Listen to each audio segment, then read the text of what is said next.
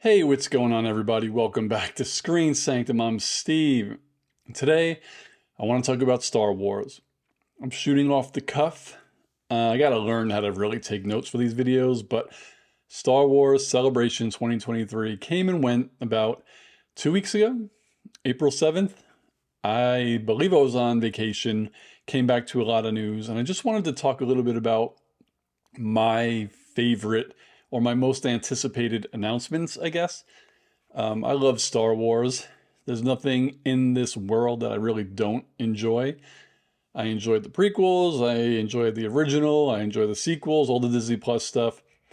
There's a little bit that I like about everything, mixed in with some things that maybe I don't like, but I try not to dwell on that. Um, so I have a little list, literally just a list, no notes. I'm just going to talk a little bit. So I'm not going to talk about everything that was announced, obviously, because there were video games and things like that. It's just like what I want to talk about, kind of getting to my most anticipated. So before I get into it, like and subscribe and hit the notification. Y'all almost got me to 1,000. I'm about at 620. So slowly but surely. And obviously, if you're on Instagram or Twitter, or if you're on Patreon, or if you're on Discord, any social media, just try to find me at Screen Sanctum. I like talking to everyone, so that's cool. And I currently have a Twitter giveaway going on. Sorry, I have a Twitter giveaway going on right now to give away the digital code for Alita Battle Angel. So check me out at Twitter, and you can get into that. All right. So here are 8 bullet points of things that were announced that I'm just going to go through briefly. And number one, and this isn't in any particular order, but I know they spoke about End. They dropped the trailer for Ahsoka Season 1, and that trailer is up already somewhere around here. But Ahsoka Season 1, I am very interested in. I enjoyed her cameo in The Mandalorian Season 2 and the Book of Boba Fett. I believe she was in both. Rosario Dawson is amazing. I've only seen one episode, I believe, of Clone Wars, the first one, where like she's a little kid. So I haven't watched all the animated, but I listened to it all you talk about online, and I feel like Rosario Dawson does a great job. She looks just like an adult Ahsoka, and I am looking forward to seeing more.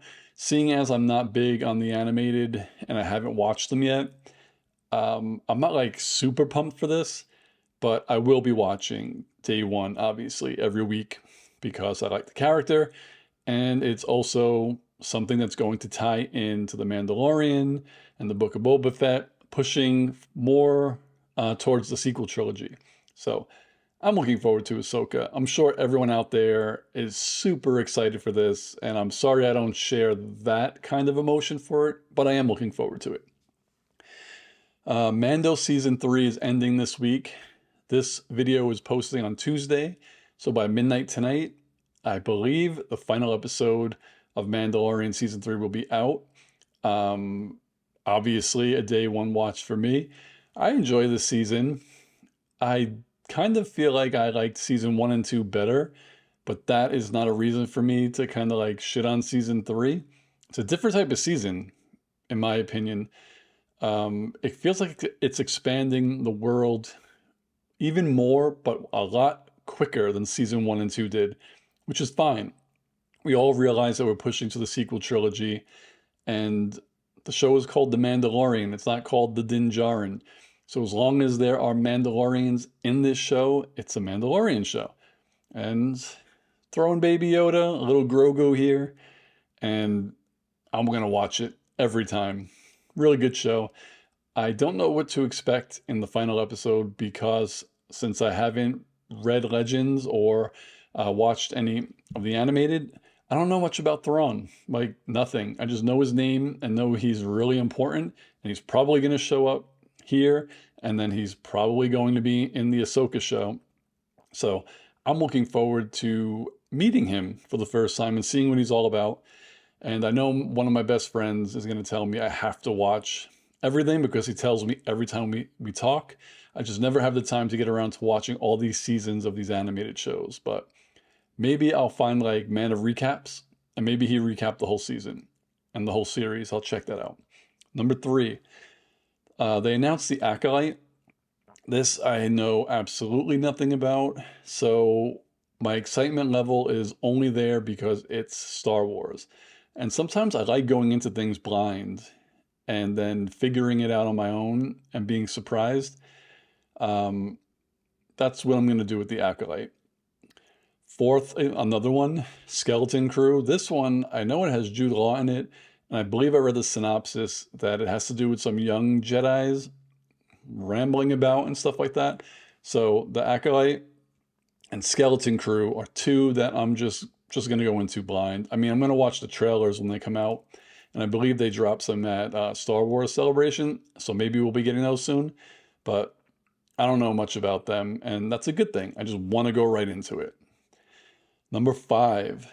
This is, even though I have 8 on this list, number 5 is my most anticipated show coming back.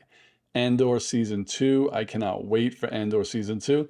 I read that I think it is halfway done filming, and I really hope we get it for 2024. That would be really dope. Once again, every time I talk about Star Wars, I mention that Rogue One was my favorite Star Wars movie, even though I love the Skywalker saga, and I love Solo too. But I don't know, something about Andor, it really, really captured me, and it's one of the few movies in Star Wars that I think I could watch over and over and over and never get tired of it. And I don't know why. I could rewatch the Star Wars movies, but Andor is Rogue One is just something that I could literally just watch. Even though when I saw it, when it came back into theaters before Andor came out, I got tinnitus in my ear. And I guess poetic justice. Who knows? All right. So 6, 7, and 8 are probably the biggest announcements that came from Star Wars Celebration 2023. And they're the 3 new movies. So now these I do have in order of what I'm most anticipating from least to first. So at 3 for this list is Dave Filoni's getting a movie to wrap up the Disney Plus Star Wars universe. So his movie is going to wrap up probably 4 seasons of The Mandalorian. I would guess maybe 2 seasons of Boba Fett, a season or 2 of Ahsoka, and whatever else they drop that's live action, Andor. That's like way before, so I don't think the movie is going to have anything to do with Andor. I think it's just those movies that sit right between the original trilogy and the sequel trilogy, and it's going to wrap it all up, kind of probably literally riding into The Force Awakens. So even though I really did enjoy the sequels, this is just the least anticipated movie for me that's been announced. Number 2 is James Mangold is getting a movie, no title obviously, but it takes place in the Dawn of the Jedi. And from what I've heard, it's supposed to take place, I don't know, thousands and thousands of years before Luke Skywalker and thousands of years before any notable Jedi. I believe it's supposed to take place the birth of Jedi. And this is fascinating to me because I love this sandbox we get to play in, which is kind of the Skywalker saga. And this movie, even though it's not in this little package of episodes 1 through 9, it's still on this timeline. It's just all the way over here, or over here, whichever way you're looking. But it's all the way in the beginning. And I think that is a great idea because we'll get to see, obviously, the birth of Jedi, maybe the birth of the Sith, how that all came about. What did the Jedi look like before they were the Jedi that we know, like Obi-Wan and Luke and all of those people, Yoda. So did they look the same? Did they have the same beliefs? Did they dress the same? Did they have certain beliefs that maybe hundreds of years after they were formed a new set of Jedi disagreed with, and they had to like kind of switch the rules up a little bit. How often did it change until we got to the Luke Skywalker era? Things like that. I think that's an awesome concept. So I really cannot wait for that one. And then, if you deduced, my most anticipated, which probably is not a lot of people's, well, let me strike that. It probably is a lot of people's most anticipated. It might not be the majorities, but they announced a director, and hopefully I do not butcher their name, Sharmeen Obaid Chinoy, or Shinoy, is directing I don't want to call it a sequel, but another Rey movie. And I am so happy to hear this because my Star Wars, even though I'm 43, my Star Wars should be the original trilogy. Usually that's what we grew up on.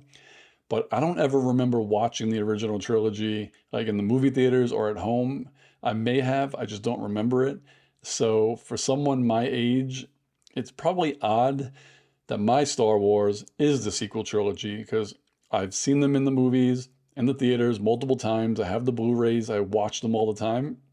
And even though it's probably as a trilogy, most people's least favorite, just because of all the shit that went on, you know, when I look at the sequel trilogy, just as start to end, there is a movie, like there is a thread in there that is wonderful. Like the main points of that trilogy are awesome. It just was a weird, unfortunate road to get from point A to point Z to complete it. And it's really a shame that they didn't put a little bit more time into it. All they had to do was really sit down, pick one director, and say, like, this is your trilogy. Give us your vision, whether that was Rian Johnson or J.J. Abrams or somebody else. I believe that's the biggest problem there. It's just that the movies don't fit together. And I don't care if you say someone retconned someone else, they both retconned each other. It was just a mess.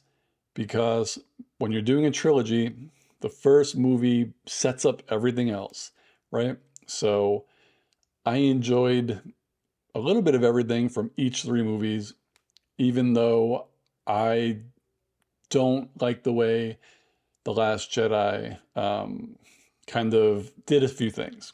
You know, that's not me saying it's a bad movie. It's just things that I don't agree with, and that's fine. You might agree with it.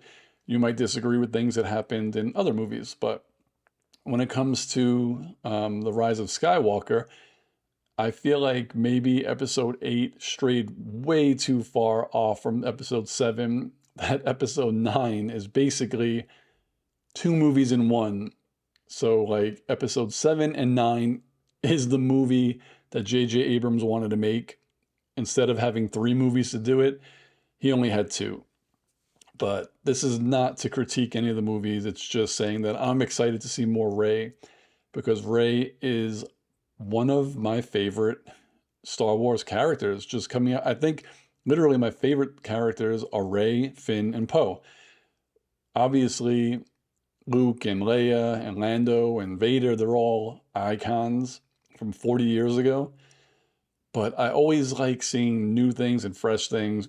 And yes, there were a lot of things similar from the sequel to the original, but I just loved where we were going and what we could have had. And this is just my, well, now headcanon fan fiction for that trilogy. I kind of wanted to see a legacy Jedi and a Jedi that could come from anywhere.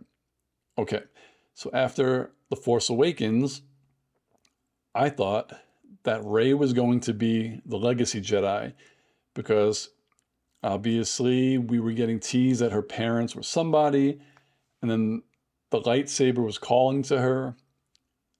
And then you're like, okay, so Rey, is she going to be a Kenobi or a Skywalker or whatever? I still think it's cool that Rey could have been lineage. Would have been totally perfect if episode 8 continued with the thread that Finn was the anybody Jedi. if you watched episode 7 at the end and you saw Finn with a lightsaber, if you didn't immediately think this dude's going to go from a stormtrooper to a Jedi, or at least a Force user and then a Jedi in maybe the third movie, you're lying. There's no way you watched that movie and did not think that. Everyone that I went to the movies with and talked to were like, this is going to be awesome. We're going to get a defect stormtrooper turning good and becoming a Jedi. And then we didn't get anything else with that character in episode 8, and it was kind of had to be rushed in episode 9, and we never really talked about it. So I'm hoping 15 years after, which is where this movie takes place, I really hope Rey is building up a new Jedi Order, probably with Grogu, because everybody loves him. And this is kind of the point where certain people get a little bit hypocritical, where they'll say there's so much fan service in the sequel trilogy that people are getting sick of it. But everybody loves Grogu. He was put in there to sell toys, to be cute, and to get people to watch the show. Like, we have to be real. That's why Grogu was put in there. So you can't complain about fan service and then want Grogu in everything. But just my opinion. So Rey building up the Jedi Order. There'll be younglings, I'm sure, people who are skeptical, maybe people who are scared. And then I'm hoping that Disney could do a deal and apologize and get on the good side of John Boyega again, so he could pop back up. 15 years, by now, he's got to be Force sensitive. Maybe not a Jedi, so maybe he's just been off doing something else, using his powers and not really telling anyone about it, and trying to harness them. And then he and Rey, could join forces again, and she could kind of set him on the path of being a Jedi. Even though 15 years from where Rise of Skywalker left off, Rey is probably a master by now. She has to be a Jedi master because 15 years after, about 4 years during, so she's been Force sensitive for like 20 years. So she's definitely a master. Finn would probably be a master if he had training. So I hope he does a little bit of training and then they join up and start a new Jedi academy. And I hope that spawns a new trilogy, and I hope it spawns more movies where Daisy Ridley could be in these maybe up until she's in her 40s, like older, instead of waiting 40 years like Mark Hamill had to do before he could be Luke again. So I'm really looking forward to that, because I did really love the sequel trilogy and what it kind of encompassed. Just it did not get there in a really conceivable way, or a way that kind of made sense without each movie having plot holes, because a director did this and another director kind of changed it a little bit. So I am 100% on board for more Rey and Finn and Poe.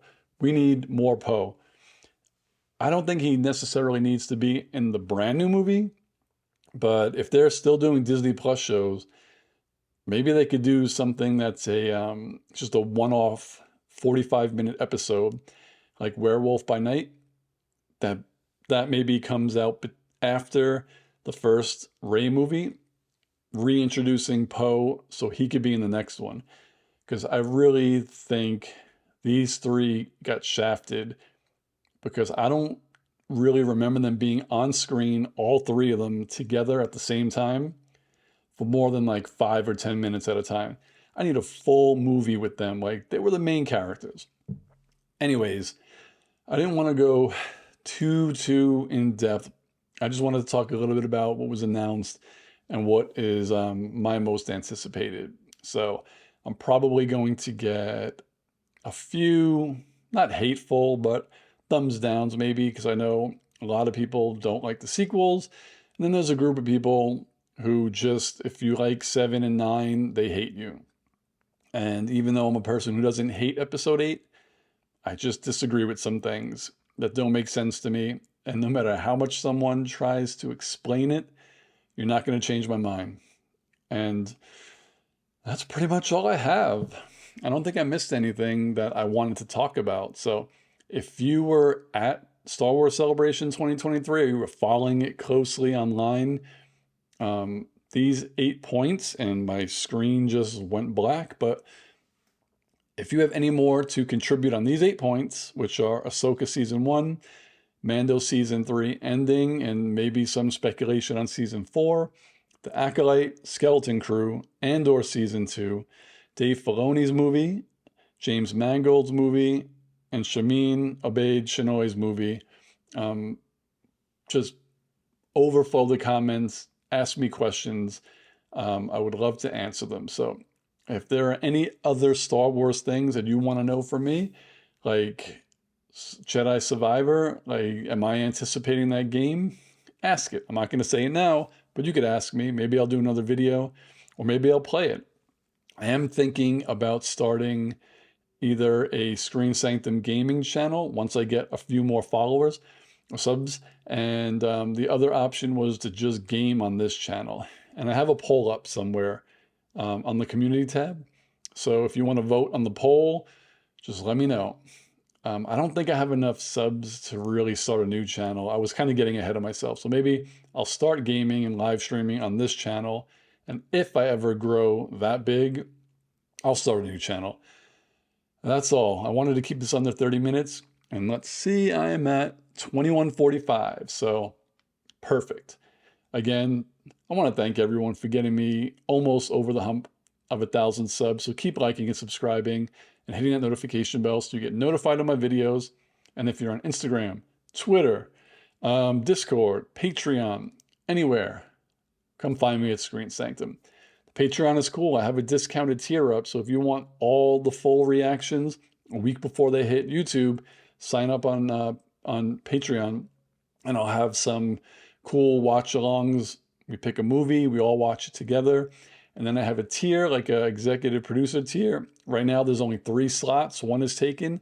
But if you're in that tier, every month you get to tell me, as of now, 1 show to react to, like 1 episode. So you could pick any TV show you want and any episode. It doesn't have to be the first one. It could be your favorite episode, the funniest episode.